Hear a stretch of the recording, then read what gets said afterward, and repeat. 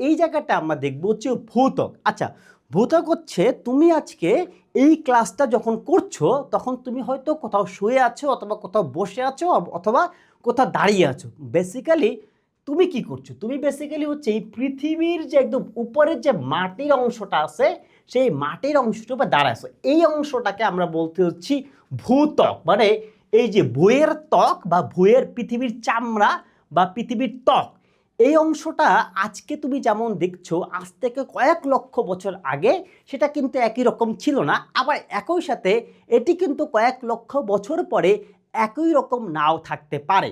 এই জন্য বলা হয় ভূত্বক হচ্ছে কোনোভাবেই চিরস্থায়ী নয় এবং ভূত্বক হচ্ছে ক্রমাগত পরিবর্তিত হতে থাকে। তার মানে এই জায়গা থেকে আমি 1 নম্বর একটা এমসিকিউ পেয়ে গেলাম। এখন হচ্ছে এই যে ভূত্বকটা যে পরিবর্তিত হচ্ছে, মানে ভূত্বকটা এমনিতেই পরিবর্তন হয় না, তাহলে ভূত্বকটা কেন পরিবর্তিত হয়? ভূত্বকটা পরিবর্তিত হয় এই যে ভূত্বকের ভিতরে যে স্তরগুলো, যে 3টে স্তরের কথা আমরা পড়েছি ভূত্বক সহকারে, এখানে তাপ এবং চাপের ক্রমাগত একটা পরিবর্তন হয়। আমরা যদিও মানুষ সাইন্টিফিক এক্সপেরিমেন্ট ছাড়া এই তাপ ও চাপের পরিবর্তনকে উপলব্ধি করতে পারি না। তার মানে এটা হচ্ছে আমার 2 নম্বর এমসিকিউ। তাইলে এখন এইখান থেকে আরেকটা প্রশ্ন আসতে পারে যে এই তাপচাপের তারতম্যের কারণে কিসের পরিবর্তন হয়? ভূমিরূপের পরিবর্তন হয়। এটা হচ্ছে আমার 3 নম্বর এমসিকিউ। কিন্তু মাঝে মাঝে কিন্তু হুট করে এই পরিবর্তনগুলো চলে আসলেও আসতে পারে। যেমন বড় ভূমিকম্পের মাধ্যমে আমরা দেখি যে একটা দ্বীপ তৈরি হচ্ছে অথবা একটা দ্বীপ একটা অঞ্চল হচ্ছে সাগরের নিচে চলে যেতে পারে। এই যে হুট করে আপনার অভ্যন্তরীণ কম্পনে, মানে হুট করে আমার ভূত্বক যখন আন্দোলিত হয়ে একটা পরিবর্তন আসে তখন সেই পরিবর্তনটাকে আমরা বলছি ভূ আলোড়ন। মানে একটা অভ্যন্তরীণ কম্পোনেন্ট আলোড়নের মাধ্যমে যে পরিবর্তনটা, এটা হচ্ছে আমার 4 নম্বর একটা এমসিকিউ।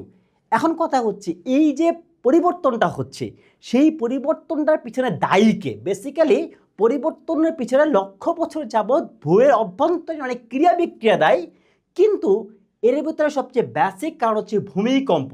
যেমন ভূমিকম্পের কারণে ধীরে ধীরে কিন্তু আমাদের দেখি যে অনেক জায়গায় নতুন নতুন পাহাড় পর্বত কিন্তু অল্প অল্প করে তৈরি হয়। এখন হচ্ছে এই ভূমিকম্প কেন্দ্র বেসিক্যালি এই যে আমরা বললাম যে ভূ আলোড়নটা প্রথম করে হচ্ছে ভূমিকম্প। এখন এই ভূমিকম্প কতটুকু গভীরে হয়? বেসিক্যালি এটা 16 থেকে 20 পর্যন্ত হয়ে থাকে, কিন্তু মাঝে মাঝে এটা 35 থেকে 40 কিলোমিটার ভিতরেও হতে পারে। এবং এই যে আমরা ভূমিকম্পের আলাপটা করতে যে হুট করে তোমরা এই যে মাস 6 আগে শুনলা না যে এই যে রিক্টার স্কেলে এলে এত ভূমিকম্প হয়েছে, অমুক জায়গায় ভূমিকম্প হচ্ছে, তার মানে বারবার একটা শব্দ তোমাদের সামনে রিক্টার স্কেল। তাহলে রিক্টার স্কেলটা কি? বেসিক্যালি রিক্টার স্কেলটা এই যে ভূমিকম্প অথবা ভূকম্প যেটাই বলি না কেন, এই ভূকম্পটা কতটুকু হয়েছে এইটা মাপা হচ্ছে রিক্টার স্কেলে। বেসিক্যালি রিক্টার স্কেল হচ্ছে থিওরিটিক্যালি 1 থেকে 10 পর্যন্ত হয়ে থাকে, কিন্তু প্র্যাকটিক্যালি এটা সর্বোচ্চ 9 পর্যন্ত রেকর্ড করা হয়। এখন হচ্ছে কিন্তু যদি 5-এর বেশি হয় তাহলে অনেক বেশি ক্ষতিগ্রস্ত হয়। এখান থেকে যদি আমরা একটু ব্যাকে যাই, এইখানে কিন্তু আমি 5 নম্বরটা এমসিকিউ পেলাম যে ভূ আলোড়নের প্রধান রূপ হচ্ছে ভূমিকম্প। ভূমিকম্প কেন্দ্রের গভীরতা হচ্ছে 16 থেকে 20 কিলোমিটার এবং যে স্কেলে মাপা হয় সে স্কেল হচ্ছে 7 নম্বর এমসিকিউ, সে স্কেল হচ্ছে রিক্টার স্কেল। এবং যে মাত্রা হতে পারে রিক্টার স্কেল সেটা হচ্ছে 1 থেকে 10। তার মানে এখান থেকে আমি বেসিক্যালি 8টা এমসিকিউ পেলাম। আর যদি 5-এর বেশি হয় তাহলে এটা ক্ষয়ক্ষতি করতে পারে।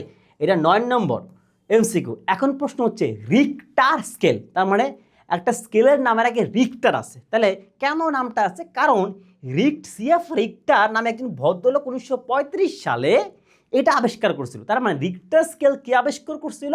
রিক্টার স্কেল আবিষ্কার করছিল হচ্ছে রিক্টার নামে ভদ্রলোক বা এই আবিষ্কারক।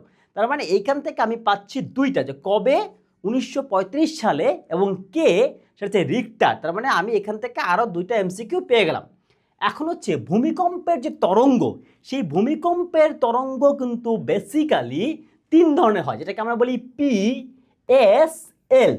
পি হচ্ছে সবচেয়ে বেশি দ্রুত, এস হচ্ছে তার চেয়ে একটু কম, এল হচ্ছে তার চেয়ে আরও বেশি কম। এইখানটাতে যদি আমি দেখি পি তরঙ্গ যেটা আছে, পি তরঙ্গ হচ্ছে 5 থেকে 8 কিলোমিটার এবং এল তরঙ্গ হচ্ছে 3 থেকে 5 কিলোমিটার, আর এল হচ্ছে তার চেয়েও কম, বাট এইটার কারণে সবচেয়ে বেশি ক্ষতি হয়ে থাকে।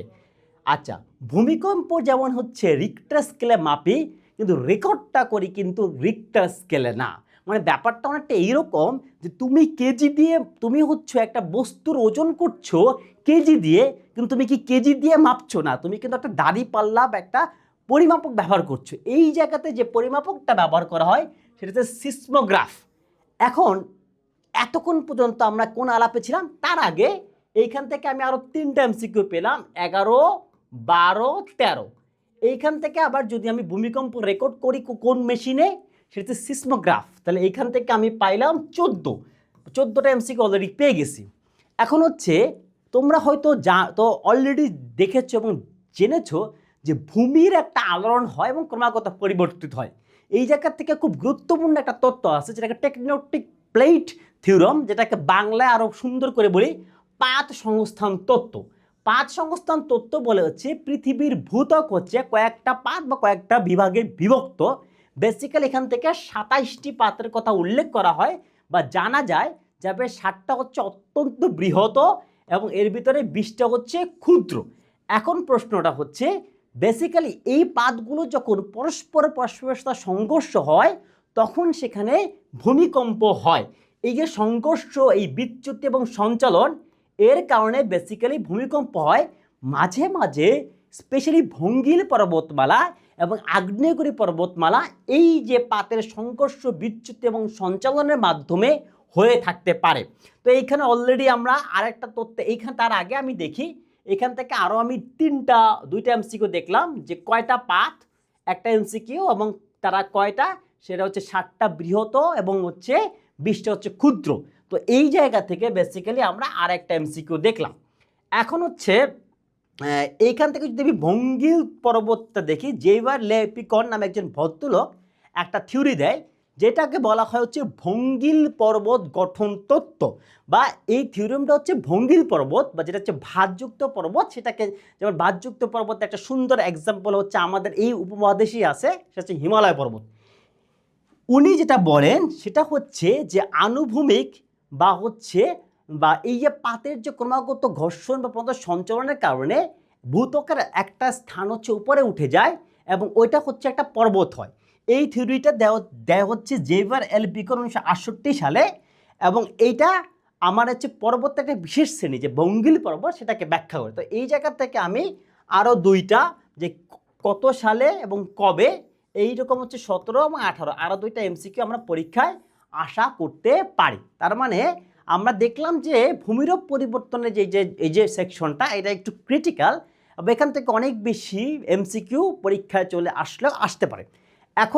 এখন যদি আমরা একটা সবচেয়ে গুরুত্বপূর্ণ এমসিকিউ দেখি এই অধ্যায়ের অন্তর্গত, সেটা হচ্ছে ভূমিকম্পের তীব্রতা পরিমাপের জন্য কোন স্কেল ব্যবহার করা হয়। মানে এখানে কিন্তু কোন যন্ত্র বলা হয় নাই, বলা হয়েছে কোন স্কেল। যেহেতু স্কেল বলা হয়েছে তার মানে এটা হচ্ছে রিক্টার স্কেল। যদি যন্ত্র বলা হইতো সেটা তো সিসমোগ্রাফ। তার মানে এখানে সঠিক উত্তর হচ্ছে রিক্টার স্কেল, সঠিক উত্তর কিন্তু সিসমোগ্রাফ না। একটু মাথায় রাখবেন, এই কোশ্চেনটা কিন্তু খুব সহজ এবং ট্রিকি। কারণ হচ্ছে আমরা সবাই জানি স্কেল হচ্ছে রিক্টার স্কেল, কিন্তু পরীক্ষা হলে ভুল করে কিন্তু আমরা সিসমোগ্রাফ উল্লেখ করে ফেলতে পারি। সো এই জায়গা থেকে আমাদের একটু সাবধান থাকতে হবে।